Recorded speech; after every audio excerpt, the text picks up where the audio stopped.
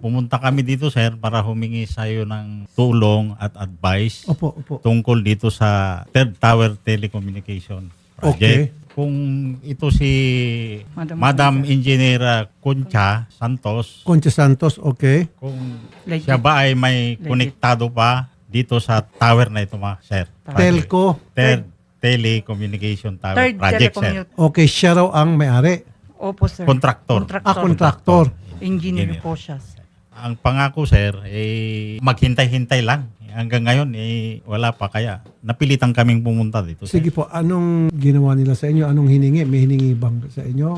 Nag-locate po kami ng lote, sir. Yung as a agent, nag-locate kami yung mga lote ng mga farmers na doon sa mga kapitbahay namin, Karatig Barangay. Para saan po yung lote? Para sa tower po, sir.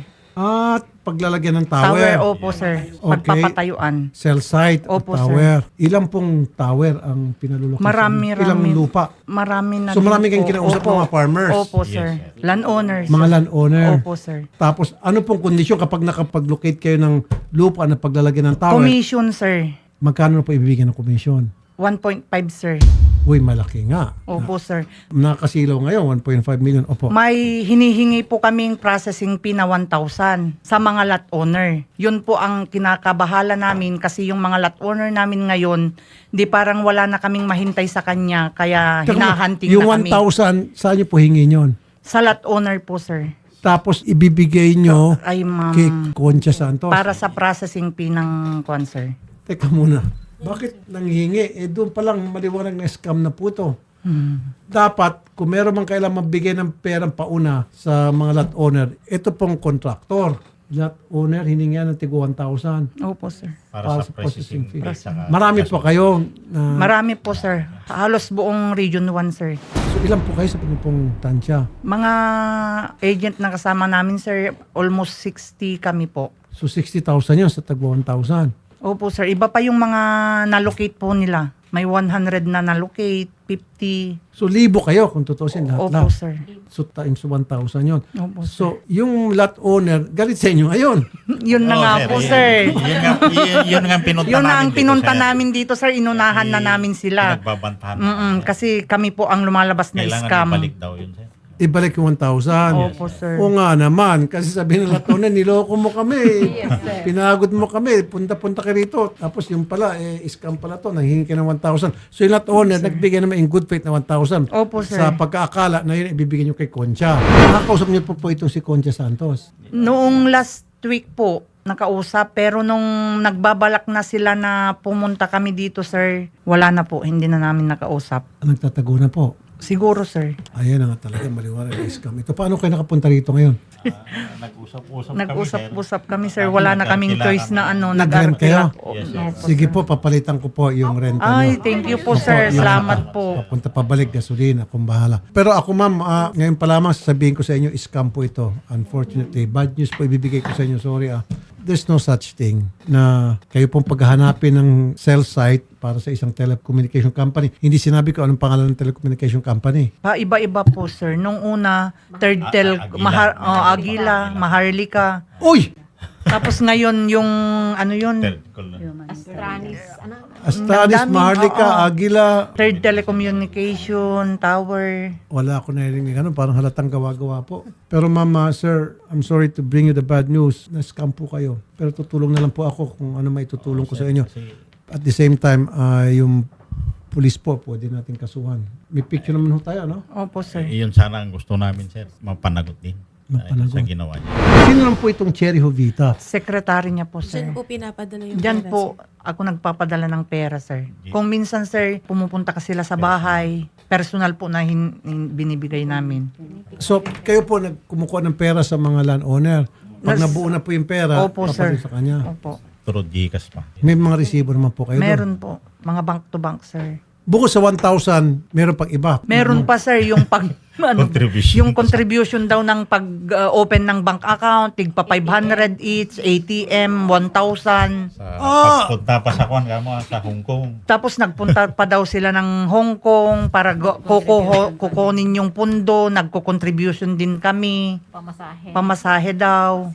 Grabe. Talagang scam na scam. Okay, bukod dun sa 1,000 na kuha nyo sa landowner, magkano po yung pera nang galing sa inyo mismo? Tansya nyo. Mga sa contribution. Magkano? Additional Contribution. Mga Mga- something 5,000. Lahat tayong locator. Lahat kaming mga locator, sir, Natig isa. mga tig 225 po. 2,500. So parang naka 3,500 siya. Opo, sir. 3,500 tapos 1,000 kayo. Meron pa yung huli. 1,000. Ang bilis naman niya, inisa-isa kayo. Hindi po, sir. Nag-assembly ng meeting, sir. May Meeting, kami. ikaw ang Opo. kinon-point Opo, person. sir. Bali, coordinator namin. Naku, Kasi ikaw pag- dati sir, ano na naman, magkakasama na naman kami sa dito. Dito, tower na naman. Naloko din kayo doon. Naloko din kami, sir. Ito rin? Opo, sir. Oh, ba't di kinadala? Meron din na ipatayo. Pero ibang ano naman, ibang agent na, ibang ano yung Kaya nga, doon konsya, sa- sir. Okay, so doon sa una, hindi pa kayo na... Nadala. Kasi Sorry, sir, mama. yun nga, baka sakaling makabawi sa gastos. paano kung pumuntang pangatlo? Wala na, sir. Ayaw na namin. Kasi sabi mo dati, Agila, paano kung ngayon, Cobra? Kaya kami pumunta na dito, sir, para Matapos na po ang matapos ano, na. magkaalaman na kung ano ba talaga. Sige, Captain Aviles, na-check na natin, wala palang lisensya sa pickup ito, ano? Wala rin Para po sa database. maging contractor ng kung anong pa mang kontrata, construction firm, etc. So, palpak ko talagang scammer po ito. So, Captain Aviles, ano pong maitutulong ninyo dito sa mga na-scam ng mga kababayan natin dyan sa Ilocos? Tulad po ng sinabi nyo, maliwanag ng panulok ito, na-scam po yung mga kabayan natin. Maaari po silang magpunta sa aming tanggapan na naka-base po sa PGF Quirino Bulag, Bantay, Ilocosur para ma-assist namin sila at ma-provide namin kung ano man yung mga investigative assistance na kailangang may provide natin sa ating mga kabayan, sir. Okay. At para makuha na sila ng mga statement at kung ano pang mga need para sa pagpapail natin ng kaukulang complaint, sir. Ayun, sige po. Sasamahan po namin silang lahat dyan sa inyong tanggapan para sila po sabay-sabay makapag-file ng kaso. Kasi kawawa po sila na pagbibintangan sila ng mga landowner, sila ngayon ang hinahabol. Yung pera naman talaga na ibigay nila doon kay Concha Santos. Sige po, sasamahan po namin dyan. Ano pong pwede maikaso dito kay Concha Santos, Captain Aviles, sir? Sir, since marami po sila na naloko nga, sir, na scam is large scale po estafa, sir, kasi marami sila, sir. Sige po, darating po kami dyan. Salamat po, Captain Polly Aviles, Provincial Chief, CIDG, Ilocos Sur. Magandang hapon po, Captain Aviles. Yes, sir. Thank you rin po, sir. Thank you rin po, sir. Ako sa pamasahe nyo, back and forth, sagot ko na po, ibabayaran ko na po yun hanggang pagsama po doon kay Captain Aviles. Sana po, huwag kayong umatras. Ituloy-tuloy nyo po kasi dami palang naloko to, Opo, libo sir. kayo naloko. Kasuhan po natin to. Opo, sir. Okay, saan kayo tumutulungin dito? Wala, sir. Uuwi na kami, sir, pagkatapos Anong dala nyo? dito. Van po. Van po, May sir. van po sila, sir. Uuwi Sige, na. babayaran ko po yung van, pati gasolina, papunta, pabalik, and then pupuntahan namin sila, ma'am. Opo, Ay, sila, samahan na lang po. Opo, schedule na lang po. Kinabukasan, okay, schedule natin. Ano pa, ma'am? Okay na? Ay, sir, may concern pa yung tita ko. Kasi yung inutangan din siya ng 350,000 nang dahil din dito po sa ano. Sino po nang utang? Yung kunsya po. Ay, isama natin sa kaso para patong-patong po yung kaso niya. Opo, sir. Magkano po inutang, sir? 350,000, sir. Ang laki. Tapos nag-i-interest pa po yun, sir. Kasi Nag-i-interest ng 7,000 ng isang buwan, sir. So, ibig sabihin, ma'am, umutang kayo para ibigay kay Opo, Concha? sir. Kasi nakiusap, sir, na pangako para 2 buwan lang babayaran na yung utang niya, sir. Pero hanggang ngayon, sir, wala pa, hindi pa nagpadaramdam. Bakit po siya nangutang? Magibit noon, sir, nung pumunta doon sa akin. na- Gipit daw siya. Opo, sir. Tapos ngayon, ni-request niya sa inyo na mangutang kayo, babayaran sir. niya agad-agad. Kaya naman po, nangutang kayo sa ibang tao. Opo, sir. Mag-interest ng 2 buwan. buwan lang. Tapos hanggang ngayon, sir, wala nang, hindi ko na makontak, sir.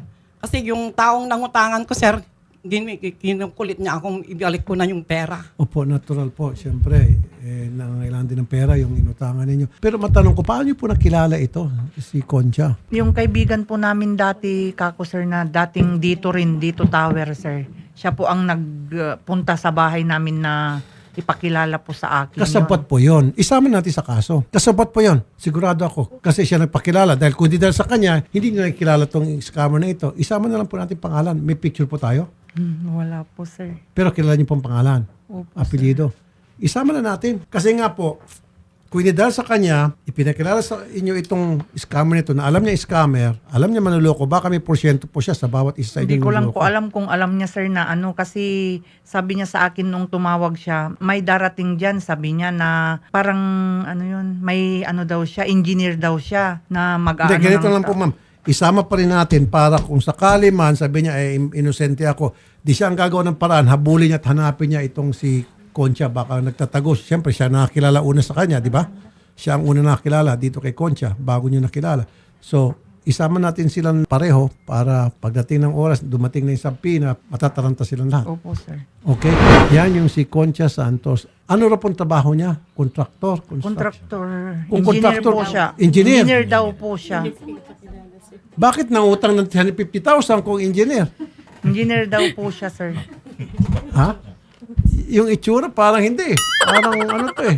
Yung sa Campo Santo. Parang yung nagpapala sa Campo Santo. Yan eh. Ha? Hindi daw posible. Na-check po sa PRC, sir. Hindi, talagang nagsinungaling. Doon pa lamang na manghihiram ng 350. Wala po, na-check na po namin. Sorry po ma'am, sir, ma'am, masakit man ito ang dating sa inyo pero kayo po ay naloko. Ang bawi na lang po ninyo dito, ididemanda po natin para lalabas po yung warrant, hanapin siya, makukulong siya. Huwag lang kayo mag-atras. Opo, sir.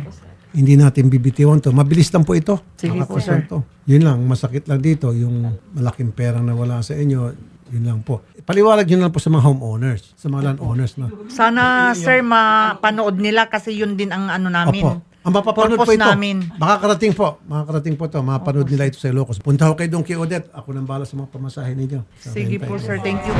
Ito po, 20,000 pesos. 1, 2, 3, 4, 5, 6, 7, 8, 9, 10, 11, 12, 13, 14, 15, 16, 17, 18, 19, 20 po, ma'am. 20,000. Yan po yung pinangako po ni Senator Raffy na sasagutin po ni Sen yung papunta pa balik po ninyo ng Ilocos. Ngayon din po ba kayo babiyahe? Opo, ma'am.